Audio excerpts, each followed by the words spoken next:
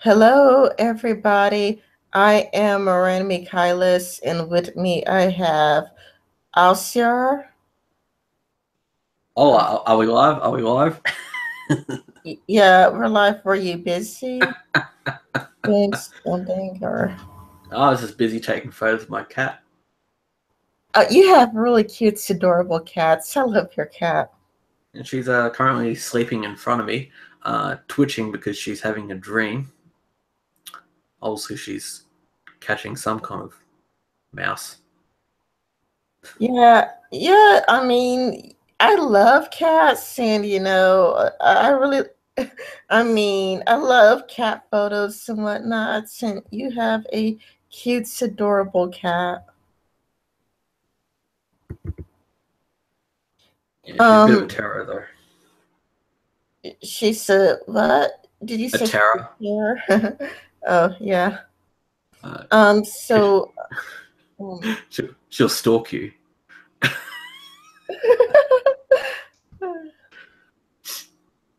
Sits at so, the windows, looks at birds, and makes weird noises. excuse me. She makes weird noises uh, when she's looking at like a bird or something that she can't get to. Yeah, it must be her animal instincts. Maybe she would like to capture the bird. Hmm.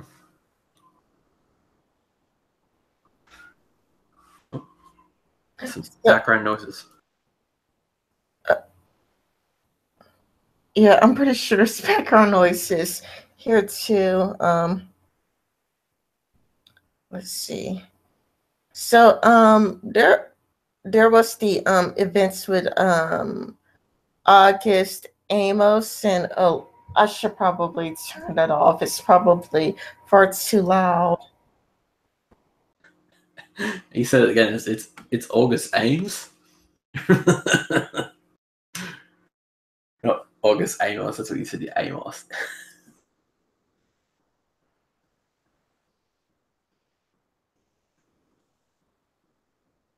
Yeah, I have to agree with the Amazing Atheist and his interpretation about the August Ames situation, where there's hypocrisy, on both sides, where it's kind of like the anti-feminists and the feminists switched a bit. It's kind of a lot like, well, it's just words over the internet, and words shouldn't get you to kill yourself. Whereas the anti-feminists are kind of like, this is a harassment campaign, and oh, this is all harassment. So it's kind of a lot like the anti-feminists and the feminists flip the script, and it's kind of like what the Amazing Atheist said. As soon as the situations reverse, the positions reverse. But I suppose you do have to flip the script as a phrase to highlight hypocrisies. Essentially, it if you don't if you don't say back to them what they say to you, right, then they'll rationalize their misdeeds rather than taking into account that this is their position all along. Yeah, but what happens is both sides looks like hypocrites. It's not like the feminists look like hypocrites while the antiques don't look like hypocrites. You can merely just say, hey, you're looking like really hypocritical right now because this is what we've been seeing the whole entire time. Instead of, this is a harassment campaign, and this is harassment, and you bullied her into killing herself, when all of this time, like, I do still follow Christiosity. She took screenshots of some of the mean and nasty things anti-feminists sent to her. And if you compare the, mean, nasty things, Christiosity receives, and the mean things that, August Ames receives, receives, it is really similar. Although I think there is a difference in scenarios between August Ames and Curiosity is that Curiosity is getting nasty shit from enemies. It's almost expected, right? Like, if an enemy tells you to go kill themselves, well, that's just them, right? It's expected. You're gonna get shit all day from people who don't like you. Like, it happens to me. I get shit from people who don't like me. It's water off a duck's back, right?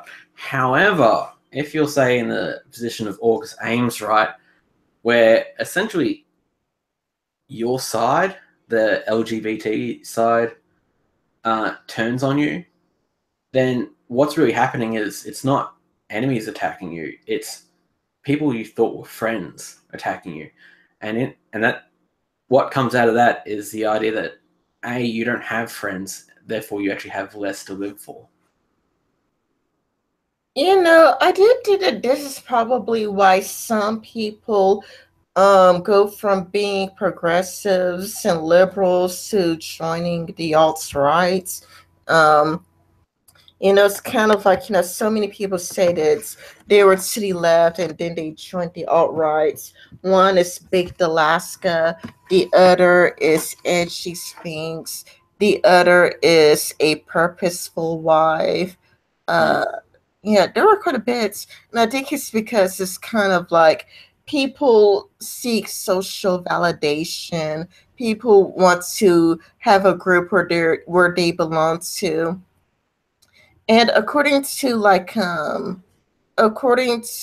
Lacey Green, feminists could be very mean and very hostile. And she's not the only person who told me this. Like, there are people who've confided to me, like, "Hey, I'm a feminist," and yes, it could be like really hostile, in this in the feminist sphere or whatever. People have sent me private messages letting me know that, yeah, it could be really hostile in camp feminism, where people could be really mean spirited even though you're on the same side or whatnot. And I think that it could lead to some people to joining the alt-right, because you're not getting that sense of community, you're not getting that sense of social validation.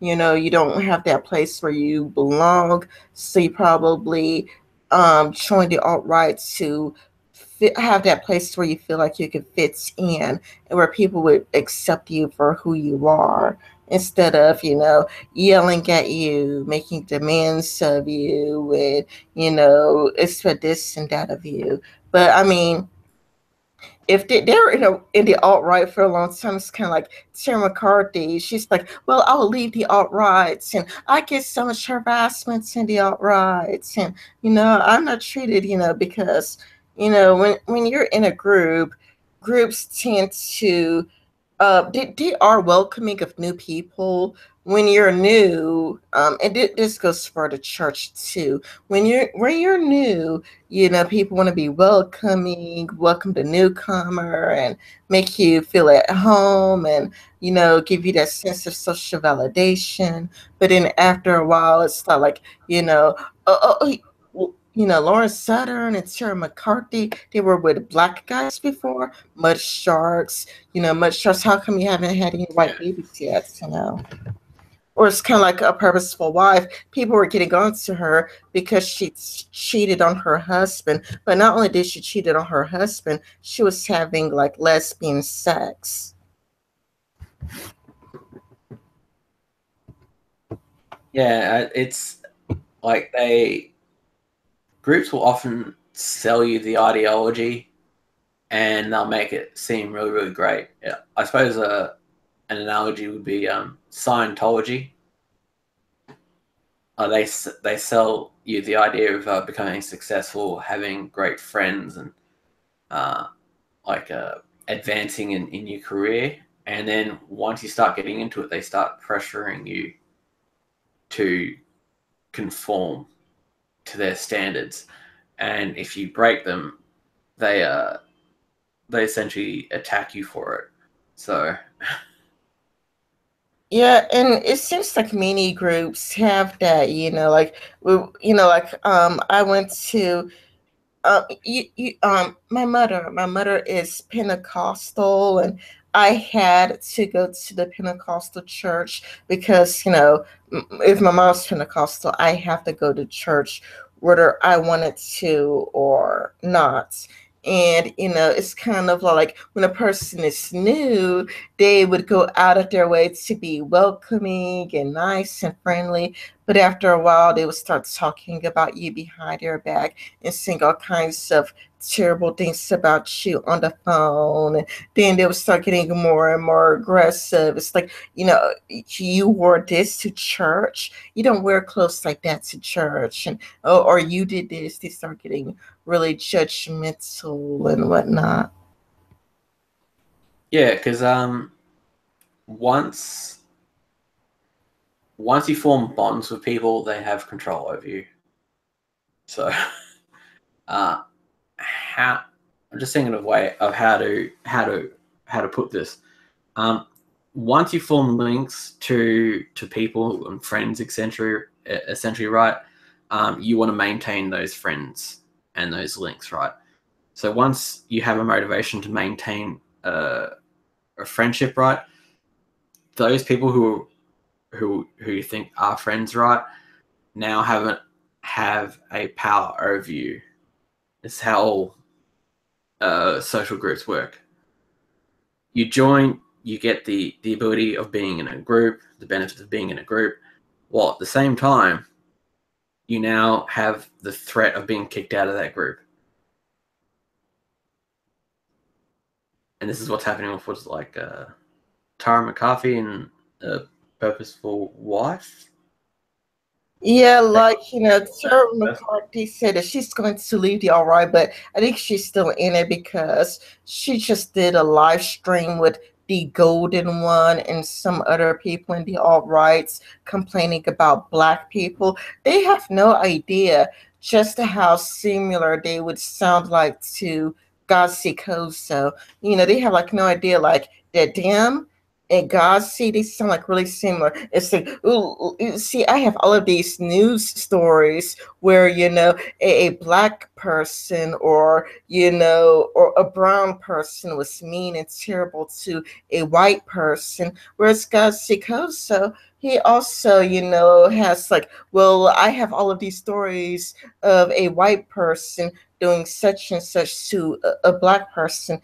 When really, if you live in the United States, United States, the overall crime rates is really low, and there's not much in interracial crimes. That's because people tend to self-segregate, and because people tend to self-segregate, black people tend to have black friends, white people tend to have white friends. So black on black and whites on whites crime is the highest. And it's like, if you're a white person, you're better off focusing on the violence in your own group, and if you're a black person, you're better off focusing on a violence in your own group, because the interracial violence is really quite small and minute in comparison, because it's down to like the hundreds, like,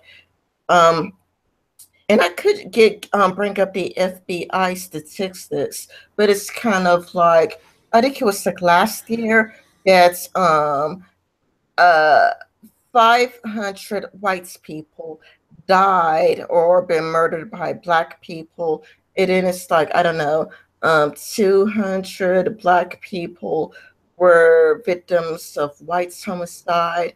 And, the all right likes to be like, yep, look, look at all of these white people that died. But still, whites on whites crime is still going to be the highest, and black on black crime is still going to be the highest, because people tend to self-segregate, and the people you're going to spend the most time with, there's going to be jealousy. People get jealous, people get angry, and people they spend the most time with, one of them might kill you.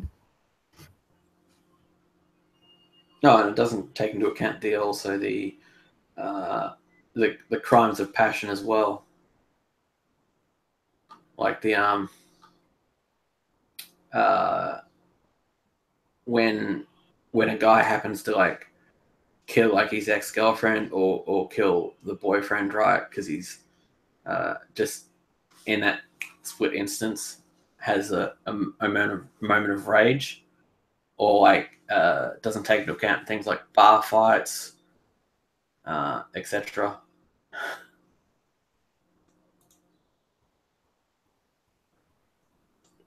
Yeah, I totally agree with you. And give me a sec. I could find the FBI statistics. I would look for it so people could have it. And the thing about black and black crime, it's not that black people should be worried about black and black crime. It's that black people who live uh, in population areas, right, where there's a high murder rate, like some inner cities that are up to like 60 per 100,000, right, where it's massively high. Those people should definitely be worried. If you're like in like the Rust Belt or something like that, it's like farmland area, and there's like very little crime, then you don't have to worry about it at all. So even then, it's like it's even segregated inside of communities. It's like white people don't have to worry about white and white crime unless you live in like a trailer trash area. And then you've got an issue, right? Yeah, I agree with you. Like I'm not worried about white and white crime in America. So Yeah, America's pretty a pretty safe country overall. And yeah, I do have the FBI statistics, and I would screen share it. Hold on. uh it is it This should be it. Yeah, black on black crime and whites on whites crime is the highest. Black offenders killed 500 whites victims. Whites offenders killed 229 black victims. But when it comes to black on black and whites on whites crime, it's the highest, where two black people killed 2,380 other black people, and white people killed off 2,574 other white people. So and it goes down to self segregation. Because people self segregate, it's likely that people would most likely you know kill off people that they spend the most time with, or like you said, a crime of passion or jealousy, like a jealous rage, or when a person gets so mad, it's like, I'm going to kill you and I'm going to kill myself, or an unchecked mental illness where a person has some mental illness but they don't see a doctor for it, and they end up killing people close to them, or cases where a person would have a gun to protect their family, but they have a mental breakdown and they shoots their three daughters. Which was the case I've heard of. I've heard of a white woman, getting really mad and upset. She had a mental breakdown and she just killed all three of her daughters. last year, I believe it was an Aboriginal woman killed 7 of her kids in one go.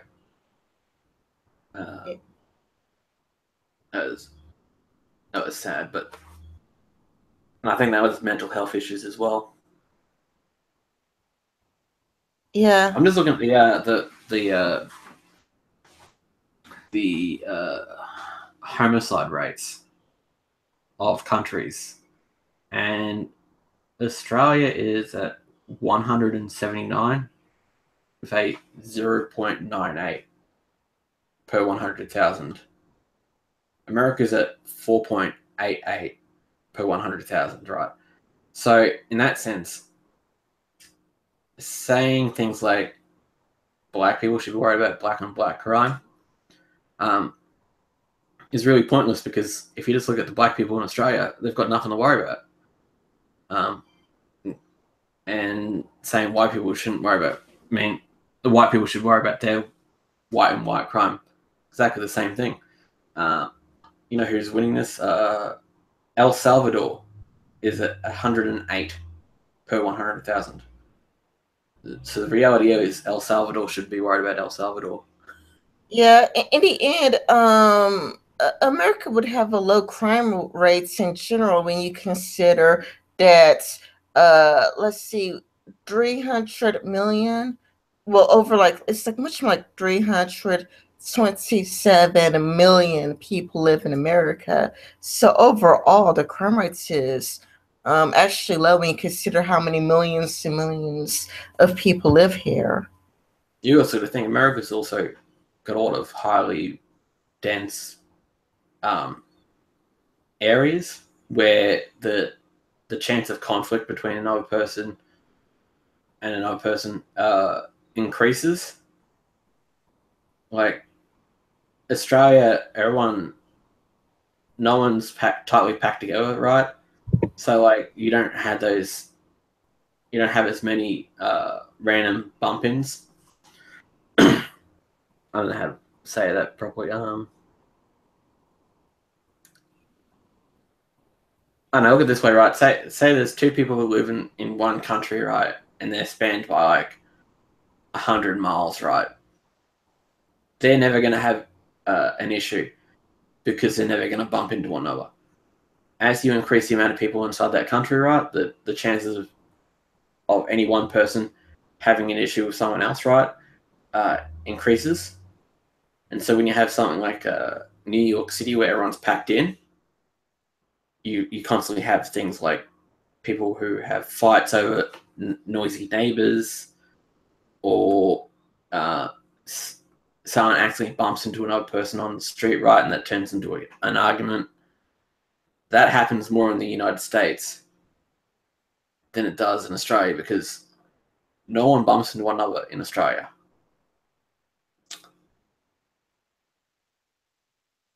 Yeah, I would imagine that.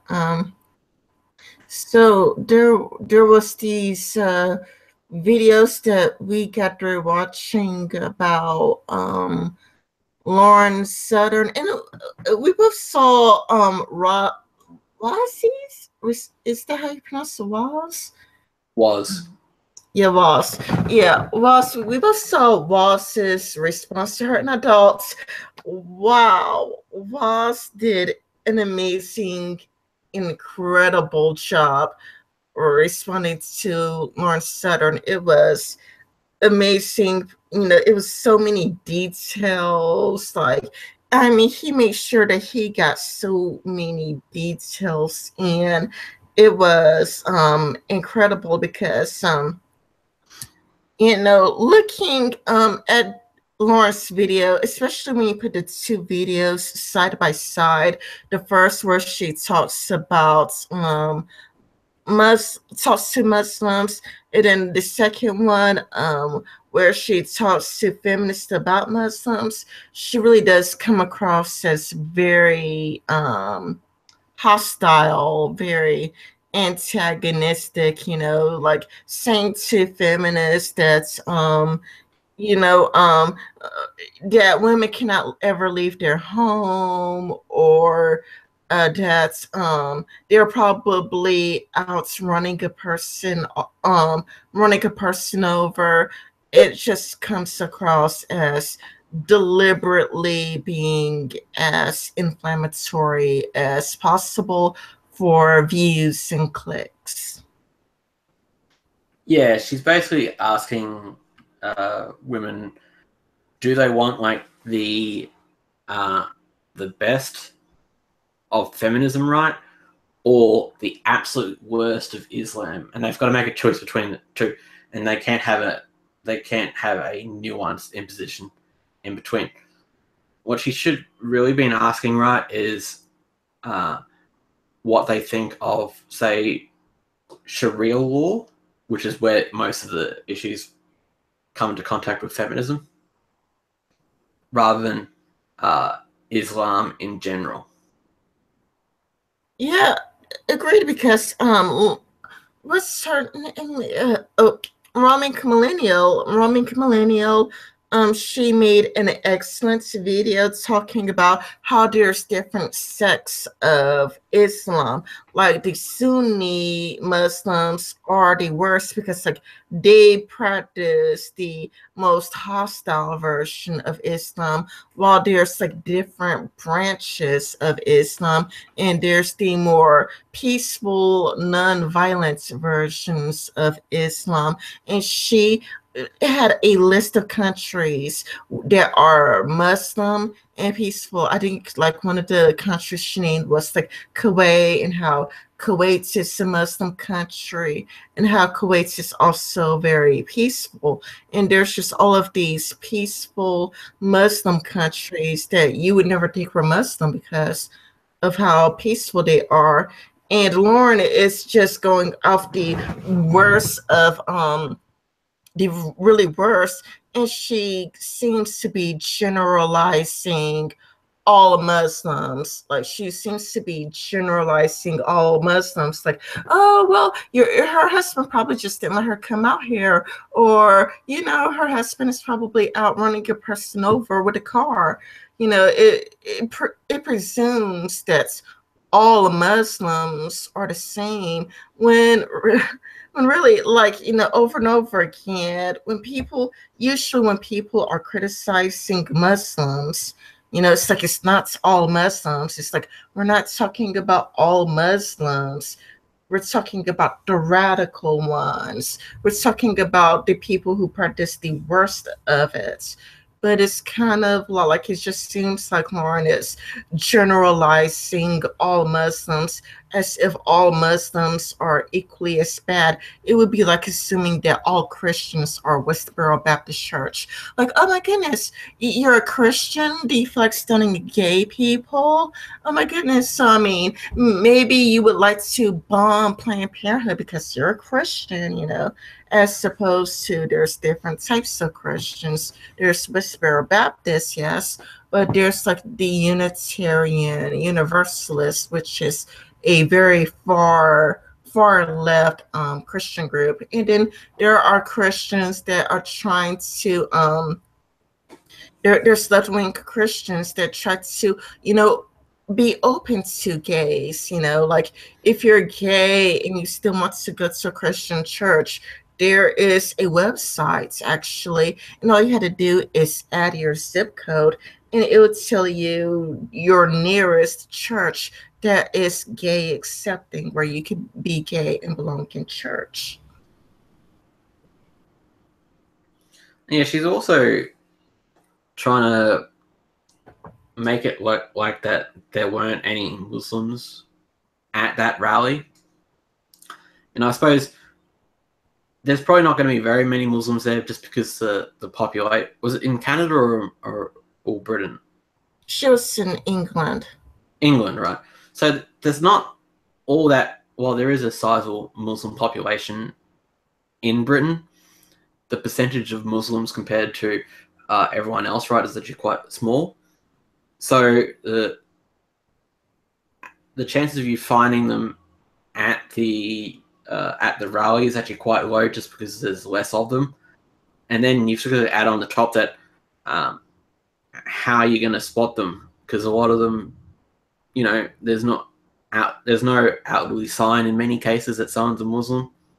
It's not like they wear a special hat. Sometimes they do, or they're a certain skin color. Sometimes they are, sometimes they're not.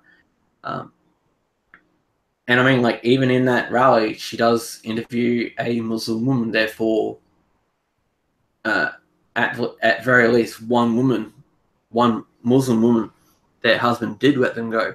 That's if they did have a husband in the first place. So, yeah. Exactly, and it's really divisive, because right swing people are like, why do all of the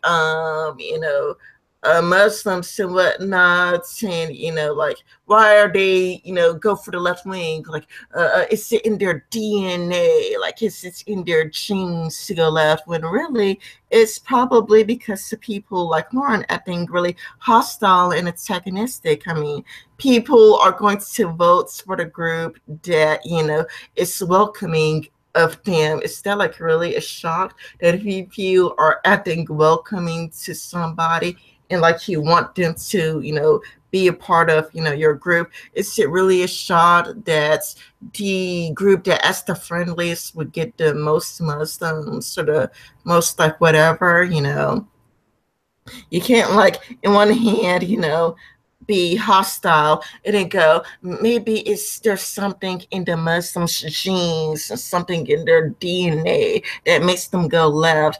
Or maybe the simplest answer is that if you're going to be hostile and rude and inflammatory, that's of course they're going to go left, because not all Muslims are the same to begin with.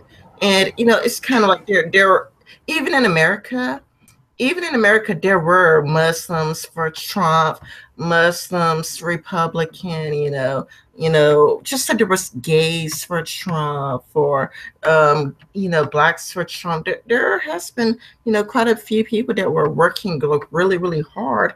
But if you don't acknowledge that there were blacks and gays and Muslims on both sides, no matter what percentage, then of course if you're like, oh yeah, it's like all of the Muslims, they're just left wing, it kind of alienates the Muslims you do have. Yeah, she could have had a really good video if she actually asked probing questions specific to Islam and specifically to feminism. Instead, she just asked, like I said, the question, would you rather feminism or Islam?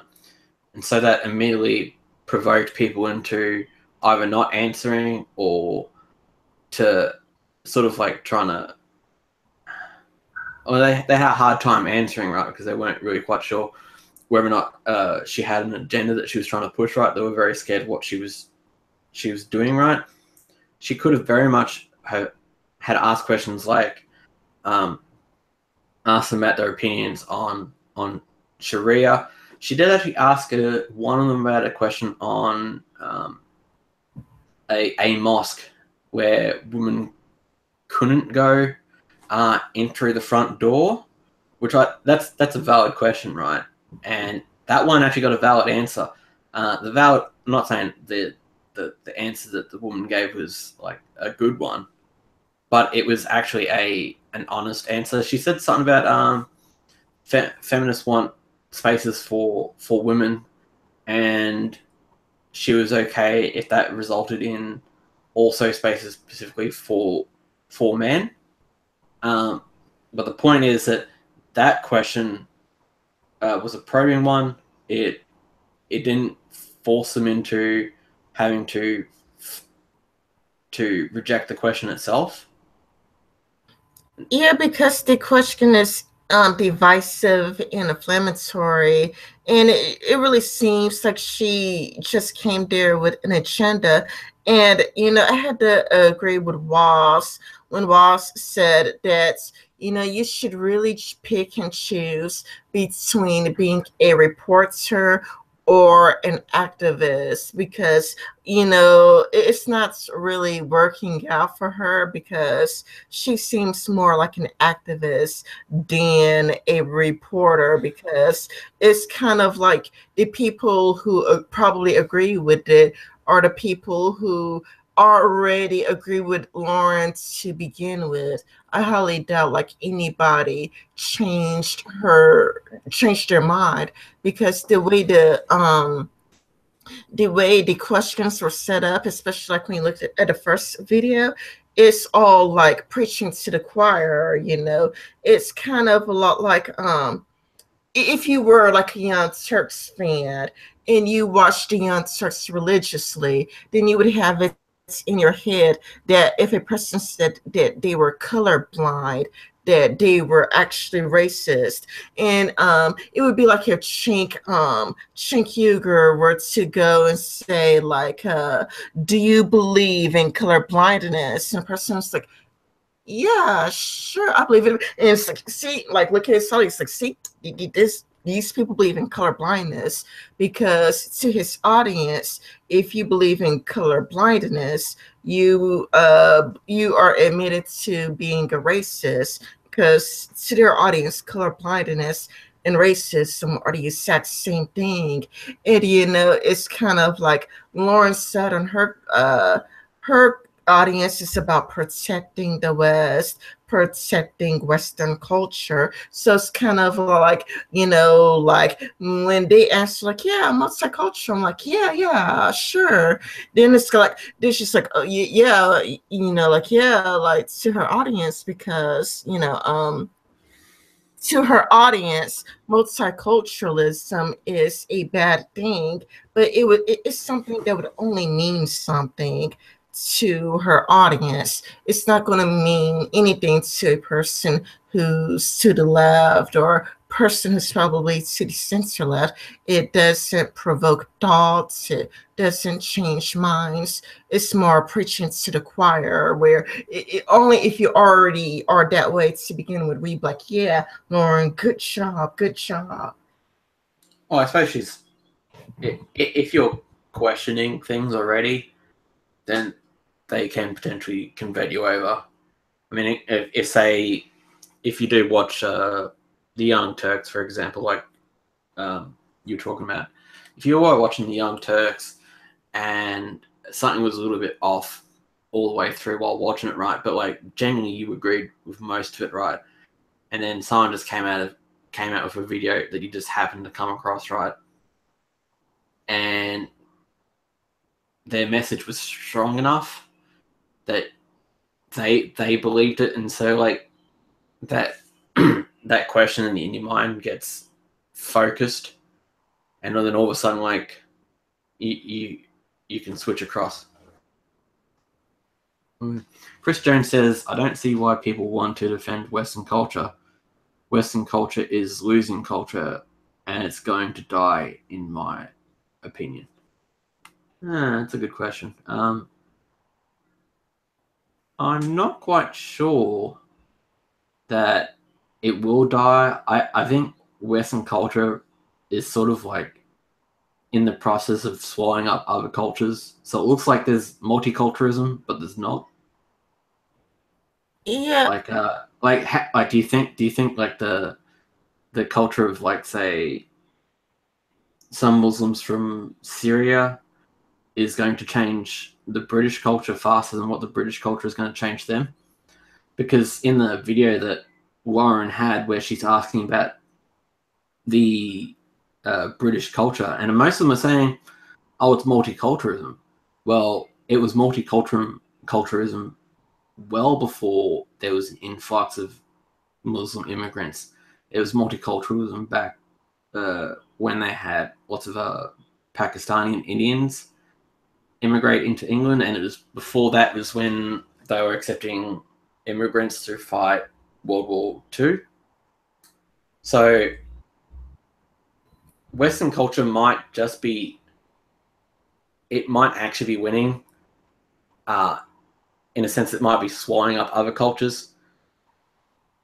Like when I look, there's how like lots of places have like things like a little China, and it's like a little street, right, where you go there and it's just like all Asian food, and and there's lots of Asians there, but you don't look at that and go, well, the Australian culture's like clearly dying here. It's not. There's this like tiny little pocket of Chinese culture, right? That Chinatown is a little tiny piece of China that exists inside of all these other cultures. And what's really happened is the dominant culture is really just swallowing up little cultures. Yeah, you could sort of say that's like about America, like it's kind of like there were so many people from so many different backgrounds that wanted to make a life in America, and that's why we have pizza, which is Italian, lasagna, which is Italian. We have hamburgers, which is German. We have, tacos, which is Mexican. But it's like, if you have a Mexican neighbor, what we eat at Taco Bell isn't an authentic taco. Our No. tacos and burritos have been Americanized. Like if you have a Mexican neighbor, it looks nothing alike and it tastes nothing alike. I hate to say this, but I personally think that, Taco Bell tastes much better than an authentic taco.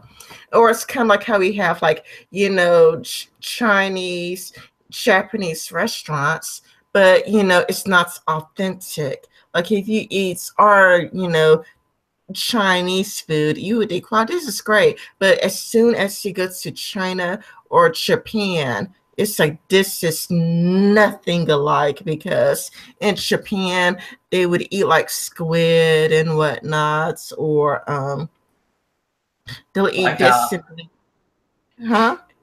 this probably happens quite a lot where people what they'll do is they'll go into like a store that sells food and say it's like a Chinese store or it's a Mexican store, right? You walk in there and you look at the people behind the bar, the people serving and doing the cooking, right? Something just like hits in. It's like these people aren't Mexican or Chinese at all, and it's just for a split second you just realize that like you're not getting like authentic Chinese at all. You're just looking like I'm gonna sound a bit like a communist here for a second. You're getting like a capitalist version of China or of Mexico, like you said with what's the Mexican place? Taco Bell. Yeah, we have Taco Bell, but it's been Americanized. It's Americanized, yeah. Like the Italian pizza is nothing like the pizza that you get well here in Australia or in America. It's very different. Yeah, because it's kind of like they changed the ingredients to suit American taste buds. It's kind of like they would probably at first try the real thing, and Americans are probably like, nah, I don't like it. But then they would just change the ingredients to something that Americans like. And if Americans like, pepperoni cheese pizza more, then they would, give that, like they would, not have it the way they were born and raised, but instead let capitalism win, let people taste buds win and keep changing the ingredients until they have something that people actually want to eat. You've heard of pineapple and pizza, right? Yeah. And how like recently that's become like a meme where people are like arguing over whether or not pineapple should be on pizza. Well, pineapple pizza has been like a staple at our pizza places in Australia for decades. Oh, So, yeah. I mean, like you don't get pineapple in Italy. Well, I suppose you could, but it's not turning up on pizza. Yeah, I'd imagine that. Like most of our Chinese stores in Australia actually sell like Taiwanese food and Vietnamese food, but like if you market them as Chinese, they do better. Yeah. Yeah, I'd imagine that if you were to say this is Chinese food, it would market better, even though like there are no authentic Asian places in America. And the more authentic you get, the less sales you get. Like there's this Chinese restaurant, they were selling frog's legs, and then not long after they started selling frogs legs, did they go out of business because Americans don't want to eat fried frogs legs. Actually, on a sense about the question about will Western culture die, it's currently expanding into Saudi Arabia now, because the first movie cinemas are now opening up in Saudi Arabia. Yeah, And movies are very much an American thing.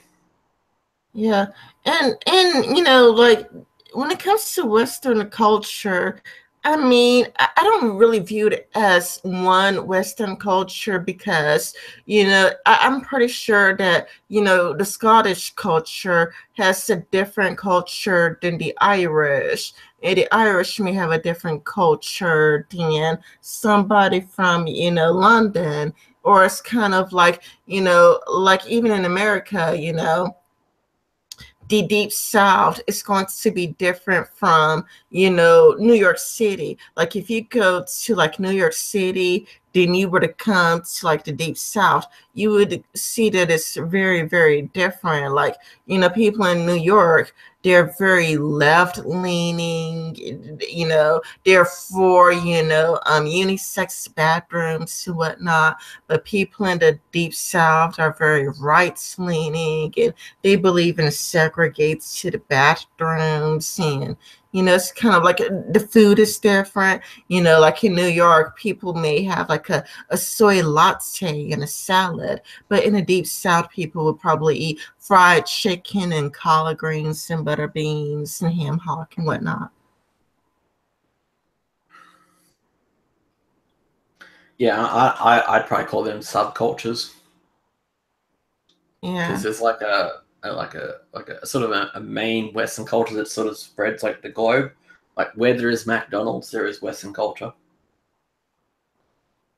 Yeah, I guess you could say that because there is McDonald's everywhere. But again, I think they use different ingredients. You know, like a McDonald's in Japan is probably going to be very different from a McDonald's in America, or Subway in Japan is going to be different from a Subway in America, because just like we change Asian food to meet American taste buds, I'm pretty sure that they, you know, changed American food to meet Japanese taste buds. You know, like, cause I think I saw like on a menu, like I do have an account on a Japanese website called Amiiblo or Amoeba.jp.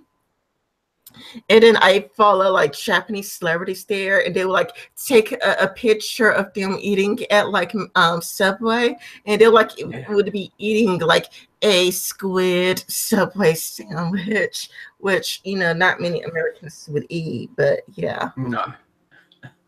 Um, did you ever see the movie Crocodile Dundee? Oh, I haven't seen that movie. It's the one with Paul Hogan. It's got the line, "That's not a knife. This is the knife." I haven't seen that movie before. Well, you got to see it. I think it came out in the 80s. And it's about like an American reporter that hears about this crocodile hunter in Australia. She goes down there and meets him, and she has this like massive culture shock just between Australia and America.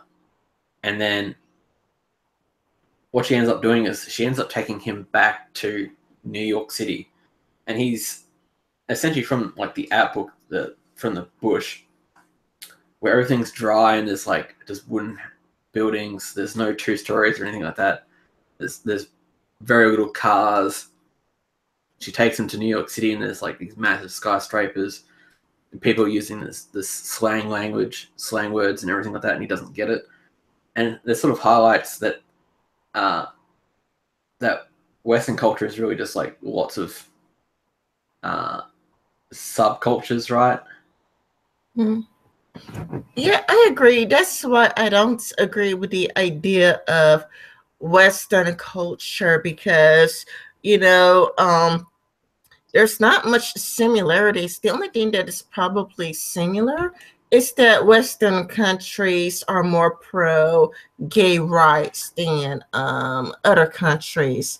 Like you see Western cultures like America, Canada, England being more pro gay marriage and pro gay rights and gay adoption and for transgender surgery, where it's kind of like if you're trans, people want to help you with your transition, whereas in other cultures they're more anti-LGBT. But other than that, like New York and Alabama is going to be like very different from each other.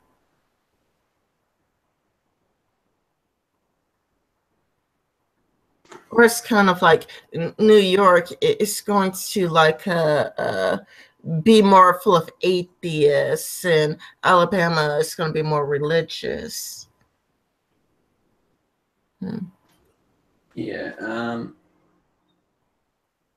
I was trying to think. There's even subcultures like in Australia.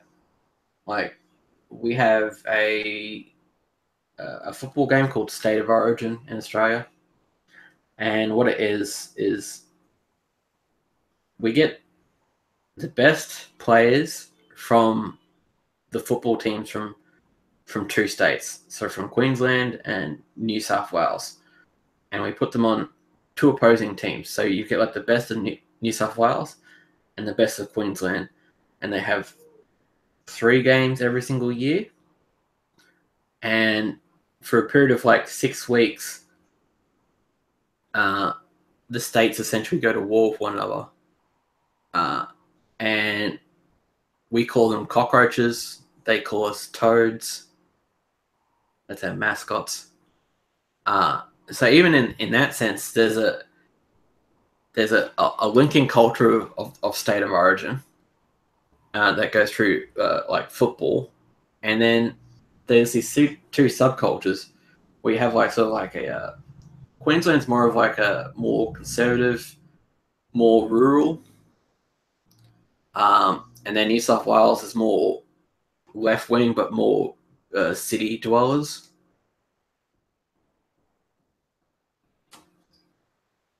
I just want to add that Queensland has won several years in a row, and New South Wales can suck it. Yeah. Professor Platypus says maybe they'll soon adopt our culture practice of not beheading sorcerers and blasphemers. I think they borrowed that from Christianity, if I'm not mistaken. Like, Christians went over there and they talked about Christianity, and in the Old Testament, I think it's in Exodus, but I'm not entirely sure. But it says, "Thou shalt not suffer a witch to live." So I think it was Christianity, like how Christians over there gave everybody the Bible, and they start practicing the literal version of the Bible. And if the Bible says thou shalt not suffer a witch to live, that would mean that there's going to be people there that are witches. Oh, Islam's basically based off Judaism and Christianity. If you read parts of the Quran, they refer to Christians and Jews as people of the book. They're particularly talking about the First Testament. Yeah, exactly. First there was Judaism, and then Christians took Judaism, and then they added like extra verses, and then like Islam, they took like Christianity, and I think they changed some verses, and they added some extra verses.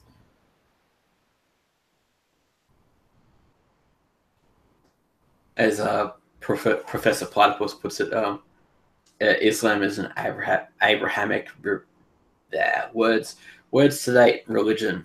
It came about from the same horseshit. Yeah, Islam is an Abrahamic religion. Yeah. Like they refer to Jesus and etc. as a prophet. So they just think Muhammad's the last prophet. Yeah, yeah, so it's kind of like where atheists don't get, like, I'm talking about. Okay, look, in America, we have this thing, and it's really, really weird, where we have militant atheists, and they hate Christianity so much, but they seem to have like no problem with Islam at all. And it's like really weird because they have a double standard. Like Christianity is like the all-time worst, but with Islam, it's like, oh, that's no big deal. And they don't really get like, that like when they make fun of Jesus, Jesus is also in the Quran, but they're more concerned about upsetting Muslims than they are upsetting Christians. I think it's more personal, actually. I think what really is going on is that they have had like terrible Christian parents. Like maybe they got kicked out of home because they were an atheist, or maybe their parents want nothing to do with them. Because they're being really inconsistent. If you're that militant of an atheist, then shouldn't you have a problem with Islam when there are still countries where they would throw you off like a building? You know? No, a lot of the cases just because they're angry at what their parents did. Yeah, So, exactly. It just seems like they're more angry that they had a parent that's all like Westboro Baptist Church. I'm saying like they were in a church similar, because like the church I went to was similar to Westboro Baptist. Maybe they had parents that they went to a church that's similar, and maybe they were mistreated, and so they like are like edge lord, like Christians are terrible, Christians are horrible, we should get rid of religion, religion should be banned. And then a Muslim comes say, oh, I have no problem with your religion, because when it comes to Christianity, it's a lot more personal to them. Whereas with Muslims, they've never bothered to read the Quran. no, I've probably read more of the Quran than I have. Yeah. Yeah, because it's kind of like, sure, there are terrible Christians out there, like Westboro Baptists, but not all Christians are like that.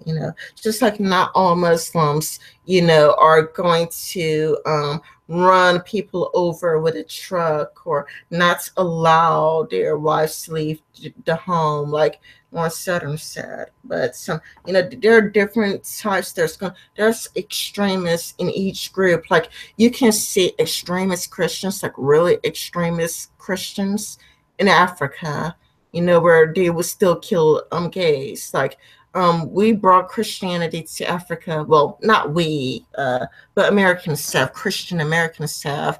And like in Africa, they would just still like kill gay people based off Christianity.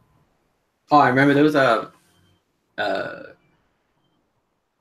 TJ, the Amazing Atheist, did a video responding to uh, Sean and Jen. Sean Really? and Jen was, yeah. Oh.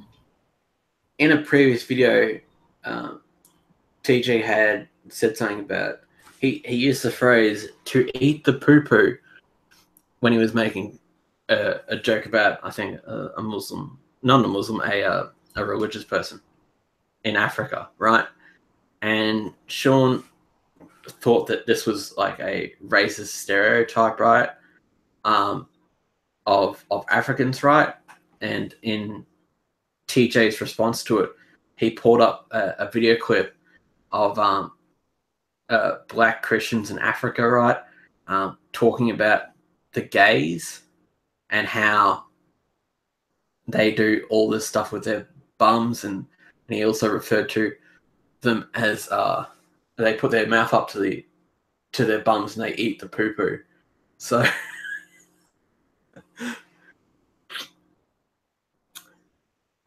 Yeah, it is true. There are some wacky Christians in Africa still.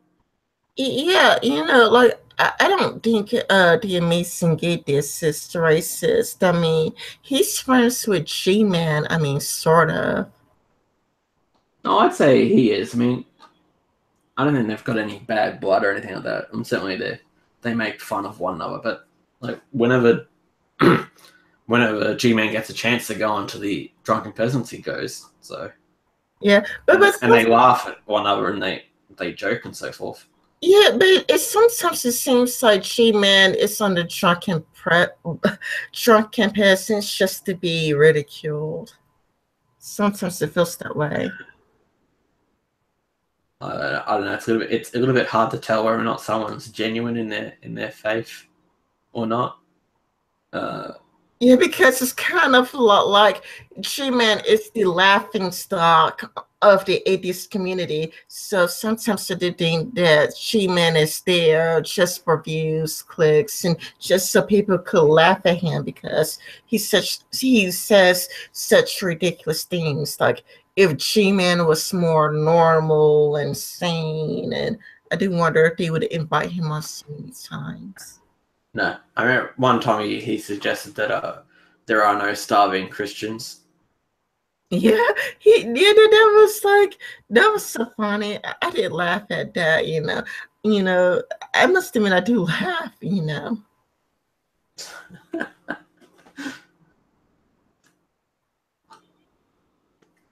So I think we have ran out of things to say unless you have something to say. I'm just gonna show a little project I'm doing right now. I'm gonna start a new series called "Did Socialism Work?" That title may not be like the final title, but you know when say left wingers, particularly like tankies, suggest like that socialism worked in some place, say for example Catalonia or like the French Commune and all that. The series that I'll be doing right now will be examining whether or not socialism actually did work in those areas, and it's actually going to be a research series, not a shit posting video like I usually do. Yeah, because usually when I talk to people who believe in socialism, they would just say, that's not real socialism. That's not real socialism. That's actually not true socialism. But it's like if you're going to keep saying that's not real socialism, each and every time people bring up a socialist country, then nobody wants to try socialism. No, I mean, I would be in favor of socialism if they could point at a country that socialism actually did work, right?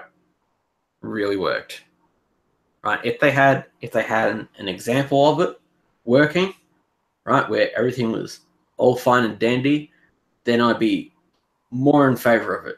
But whenever they say socialism doesn't, that's not real socialism, that's not socialism, etc., all they're saying is this idea of socialism that we're trying to go for, it's just cannot happen because everything that would normally happen just prevents it from happening. Yeah, it's like if socialism gets corrupted each and every single time, nobody wants to go for socialism if the process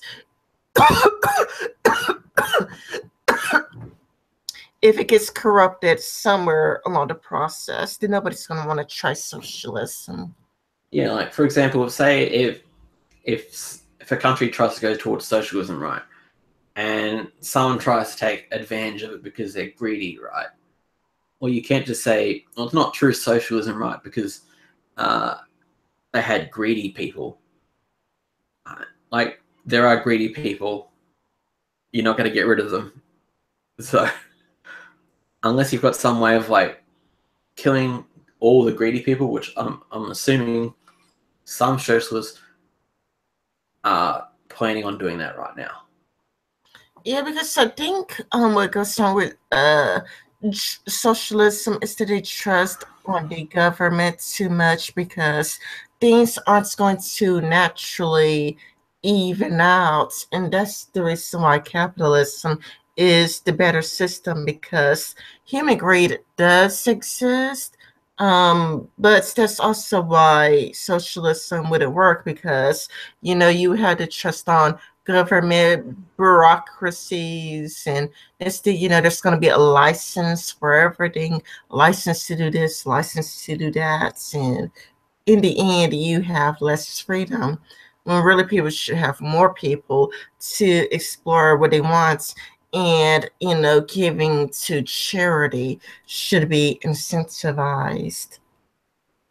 Like, Yeah, I think the problem is with people who end up believing in socialism is they either believe in the socialism that has never happened, right, and is a pipe dream, or they believe socialism is already happening, and it's happening in countries like Denmark and Norway and Sweden, etc., where that's not actually socialism, but it's just they have socialist policies in a capitalist nation, and so yeah, that's the biggest problem about socialism. People either knowing exactly what it is, right, and having a pipe dream of actually getting there, or people not knowing what it is and assuming that all these good things are socialism, which they're not.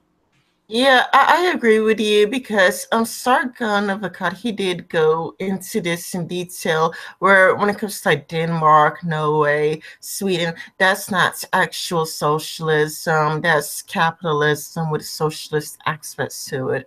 Or it's kind of a lot like what they have is a dreamy version of socialism that would never happen. And also, there's the people who assume that if something is socialist, it is socialism, which it's not. Like they're like essentially like having an army is socialist, but it's not socialism. Yeah, because yeah, like we have, the police and we have like the army, but still we still live in a capitalist society. But there's nothing wrong, for example, with having was it some a bit of a safety net.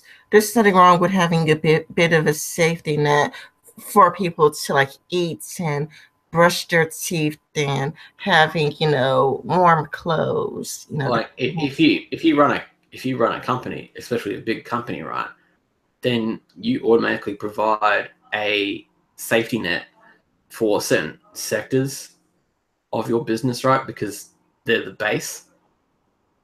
Like Amazon might make lots of their money from the higher ups making trade deals, right? But what really makes Amazon work are all the people who work in the warehouses. So that's why you need a safety net, because you just can't like put people in shitty conditions, right? And then wonder what happened when they all quit.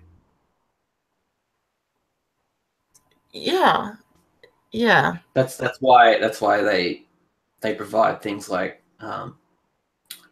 work cover, days off. These are all socialist ideas. Actually, no, there's I was just on Twitter yesterday, and someone, of course, said socialism doesn't work, right? And then an idiot, responded, um, the roads are socialist, right? Are socialism. And I had a thought there for a second. If people think that public services are socialism, right, then the largest fascist army in the world in history, the Nazis, were socialism, because an army is socialist. That's really interesting. I haven't thought of it that way before. Like if you assume socialist things as socialism, right, then an army is socialism. And one of the worst armies in the world, the Nazis, was socialism in that case. It's not, socialism isn't socialist. I know, socialism is socialist. Socialist isn't socialism. So That's like a tongue make that twister. like socialism, right, has socialist things in it, right? Mhm. But things being socialist doesn't make socialism.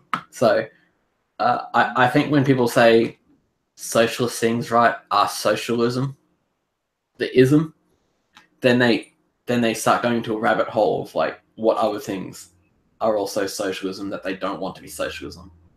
Yeah, we could have a capitalist country with some socialism in it. I remember when the Prime Minister of Denmark had to respond to a Bernie Sanders referring to Denmark as a socialist country, and he had to tell them it's not a socialist country because they're a market driven economy. Yeah, Sargon mentioned that on his YouTube channel. Yeah, So. that was interesting, though. So the first one I'm going to be doing for the series is Catalonia, Revolutionary Catalonia between 1936 and 1939. And I've watched about 6 hours of documentaries on it. So, and I can tell you, spoiler, it wasn't socialism. Or actually, no, I should say that for the most part, it was socialism. Like if I was to be nitpicky, then I could say these aspects of it aren't socialism, but on a general idea of it, it is socialism. I should say, spoiler, it didn't work. I should say. Are you talking about Spain or what was that? Spain. In Spain, between I think 1930, about 1931 to 1939, Spain had a civil war called the Spanish Revolution, the Spanish Civil War, sorry. And during that, that's where you have General Franco, and so the country split down the middle, right?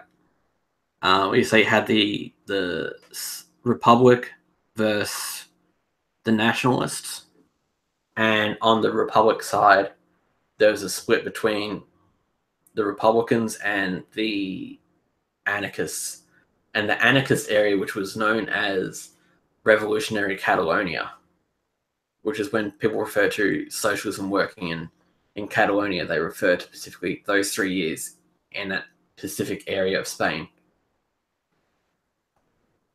Well, if it only worked for 3 years, then it didn't work.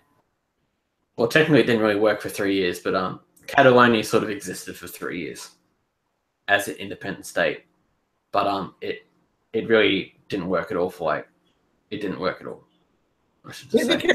Because if a person is going to say it worked for 3 years, that's like he's saying it didn't really work at all, because 3 years is a very short amount of time. Yeah, no, you wouldn't even say a presidential campaign, like their 4-year term. Like you wouldn't even say that they worked out as a president after 3 years. You'd at least wait for 4 years. So. Yeah, 3 years is a really short amount of time. Yeah. Anyway, your series sounds very interesting, and I'm looking forward to it. So the hope with that one is that if someone says, "Hey, did Catalonia worked as socialism, right?" then you can go to that series and actually just like watch like a debunking of that, right? And I'll include documentary footage clips and video of people who lived in Catalonia at the time debunking it. So, because I noticed that not many people really actually have like videos out there examining whether or not these little countries worked as socialism at all.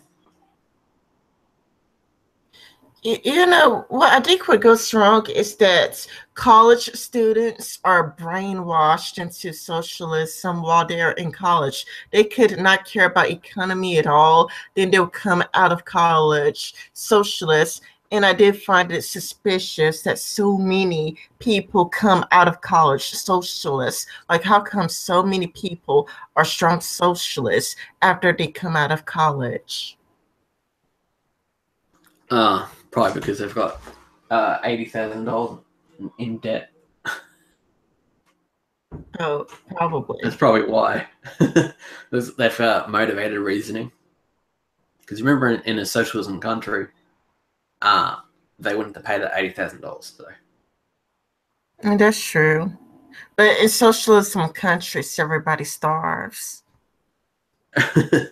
I suppose not in all of them, but like they do have lots of problems across the board. Yeah, and people don't think about all the problems that come with socialism. Catalonia's problem was that it couldn't defend itself, and it couldn't work with any other country, and had economic issues. I don't think anyone starved, but like I said, they didn't last long enough to even, for that to happen. Yeah, and it's kind of like if you look at Venezuela right now, everybody's starving, or people are like, not eating much, and their money isn't worth much. Like, I think World of Warcraft gold is worth more than Venezuela money. In a lot of the situations with communism and socialism states, that a lot of them will run just fine for some time, right, while they start transferring over to socialism. Like, for example, in communist Russia, their farms were running under capitalist principles, like markets, etc., for several years. And then when Stalin came to power, he collectivized the larger farms with the ones that were being run by the gulags. And then that's when you get the between 2 to 12 million dead for the Holodomor. I know they did, but because socialism causes economic problems, I don't think that people who are like transgender would get that if we did have socialism, it wouldn't mean that everybody chips in and pay for their trans surgery. It would mean that everybody just goes broke and that your trans surgery wouldn't be a thing anyway because everybody would be too broke.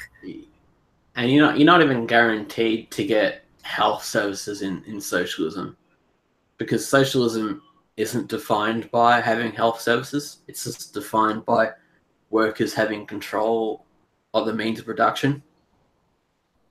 So even if you're trans, you're not going to get the surgeries or the hormones, because if the country on the whole can't trade for those chemicals or technologies or buy them, you're not going to get them. Yeah, because when I talk to some trans people, they want everybody in the country to pay for their trans surgery. It's kind of like I would be happier if they were to pay for it themselves. And if they don't want to do that, then I like Blair White's idea of there should be a curve, like a pill you could take where that could get rid of gender dysphoria, instead of their idea of everybody in the country should pay for their trans surgery under socialism. What they should do is they should have a socialist farm where the trans people can go work, and the profits from those farms can go straight back into doing their surgeries. That should work out for them. I'm sure they'd love to do that. Yeah. Not gonna happen. So just being in a socialist country doesn't guarantee you services. For example, like I said with Catalonia, they did not have police or courts. So a lot of people got killed because gangs would roam around. Anarchist gangs, they'd go and they'd kill religious people, right-wingers, and a lot of the times what criminals would do is if you had if you wanted to kill someone, all you'd have to do is just tell the rest of the people that person was a a fascist conspirator, and they do the dirty work for you. Yeah, people on Twitter keep fantasizing what socialism is. They keep fantasizing over it. They just view it as a fantasy world where everybody gets along, everybody is equal. I mean, it's kind of the opening of Animal Farm. Well, not the opening, but old mayor's speech. It's like, look at all of these fields. See how wide our fields are. There should be plenty of food to go around. It's like old mayor's speech in Animal Farm. That's their ideal.